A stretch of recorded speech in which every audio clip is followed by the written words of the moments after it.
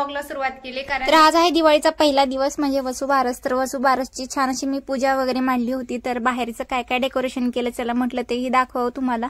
आणि स्पेशली हा आकाश कंदील दाखवायचा होता जो की त्यांनी हाताने बनवलेला होता, कारण जम्मूमध्ये इथं मिळत नाही। तर स्वतः त्यांच्या हातानेच त्यांनी बनवला आणि इतका सुंदर दिसत होता ना।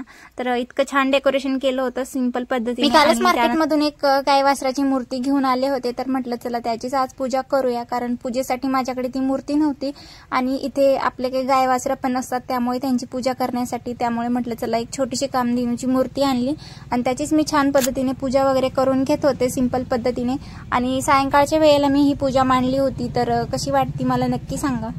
सर्वात अगोदर मी पूजेमध्ये गणपती बाप्पांना स्थान दिलं, त्यानंतर मग गाय वासराची पूजा केली आणि नैवेद्य म्हणून गोड साखरेचा नैवेद्य ठेवला आणि सगळ्या दिव्या वगैरे पणते मी बाहेर लावून घेतल्या। पायऱ्यांवर सगळ्या पणत्या लावल्या आणि सगळं असं लखलखाट होता दिव्यांचं सगळीकडे। तर ते नक्की मी पुढे दाखवते तुम्हाला।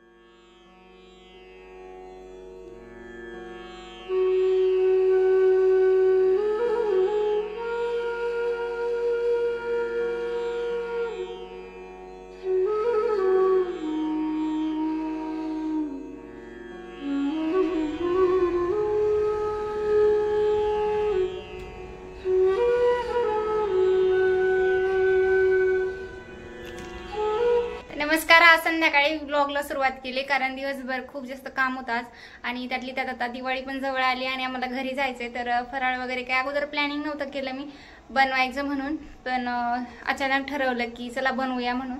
तर मग चिवडा आणि चकली बनवली आज आणि व्हिडिओ काही शूट घेतला नाही कारण ते ऑलमोस्ट सगळ्यांच्याच घरात बनतं, त्यात काही वेगळं नाहीये त्यामुळे रेसिपी नाही शेअर केली।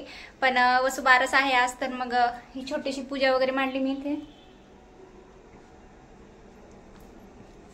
बप्पा काय लागला लाडू? तर अशी काही छोटीशी पूजा मांडली आहे।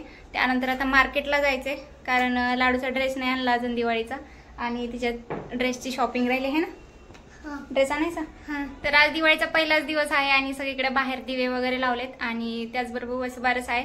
तर गायची आणि वासराची पण पूजा केली आहे। तर आता इव्हिनिंगच्या वेळेला मार्केटला निघाले कारण लाडूची शॉपिंग राहिली आहे आणि मग तिचा ड्रेस आज घेऊनच टाकावा म्हटलं, कारण आता दिवाळी जवळ आली आणि यांना पण टाइम मिळत नाही। तर म्हटलं आज वेळात वेळ काढून जाऊया आणि दिवसभर फराळ वगैरे करून खूप थकल्यासारखं झालंय, पण चला जसं होईल तसं। त्यानंतर मग पॅकिंग करायला लागेल कारण लवकरच आता घरी जायचंय।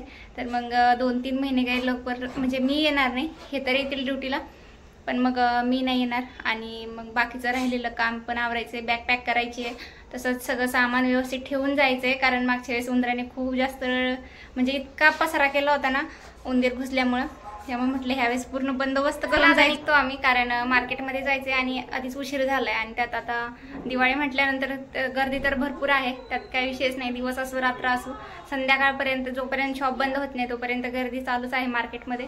तर म्हटलं चला पटकन जाऊन येऊया आणि पुढे काय काय होतं ते ब्लॉगमध्ये तर दाखवतेच, त्यामुळे कंटिन्यू राहा। चला तर भेटूया पुढे, बाय।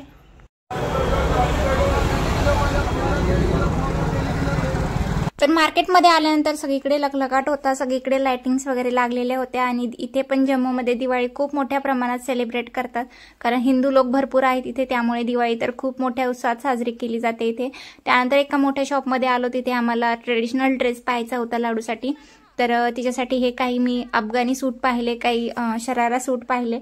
तर तिला मात्र जे त्या स्टॅच्यूला लावलेला ड्रेस होता तो पाहायचा होता जो तिच्या मापाचा नव्हता, पण ती सारखी तिकडे जात होती। शेवटी मग आम्ही ह्या 4-5 ड्रेसपैकी एक चॉईस केला, कोणता केलाय तो तुम्हाला दिवाळीच्या येणाऱ्या व्लॉगमध्ये समजेलच। व्हिडिओ आवडला असेल तर लाईक शेअर आणि सबस्क्राईब करायला विसरू नका। चला भेटूया उद्याच्या व्हिडिओमध्ये, तोपर्यंत बाय बाय।